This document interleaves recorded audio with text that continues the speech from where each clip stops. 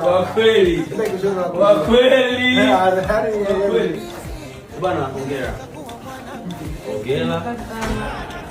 Hongera kwa kweli.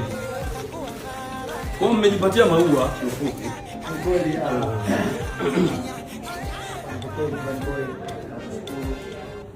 Nashukuru Vanny Boy sana kwa sababu wote tunafahamu bizi kwa Vanny Boy. Kama nilimcheki jioni kama Vanny Boy kusikose kuja. Of course kwa shapanga kuja. Alinitumia message. Natoka sijui wapi huko nakuja huko pale. Akaniambia mimi kwa shapanga kuja lazima nije kwa lazima nije. Lakini hapa kwa nini kama tusijazilizie? Yaani hiyo ni link ilikuwa nakuja Vanny Boy na kutolea mbali.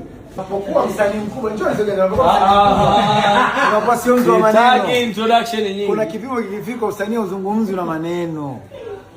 Unapokuwa miambo, unapokuwa mwamba kama Vanny Boy mwamba. Hivi ngoja nisikize kwanza. Uzungumzi bila kwa ukubwa au kwa umri au kwa hits na kwa kabisa kama vijana. Sasa kaka nimeingia. Sasa kaka ameingia.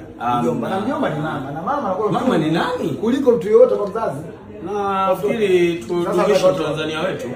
Msijikite sana katika mambo ya ndoa. Ndio. Tutajazilizia hii kitu. Ndio.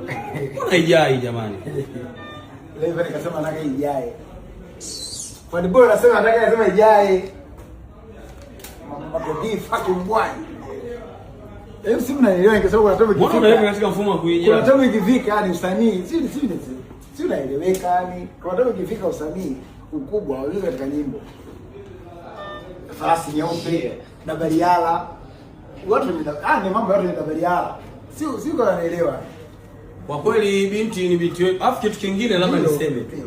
Kitu kingine niseme. Ujue binti huyu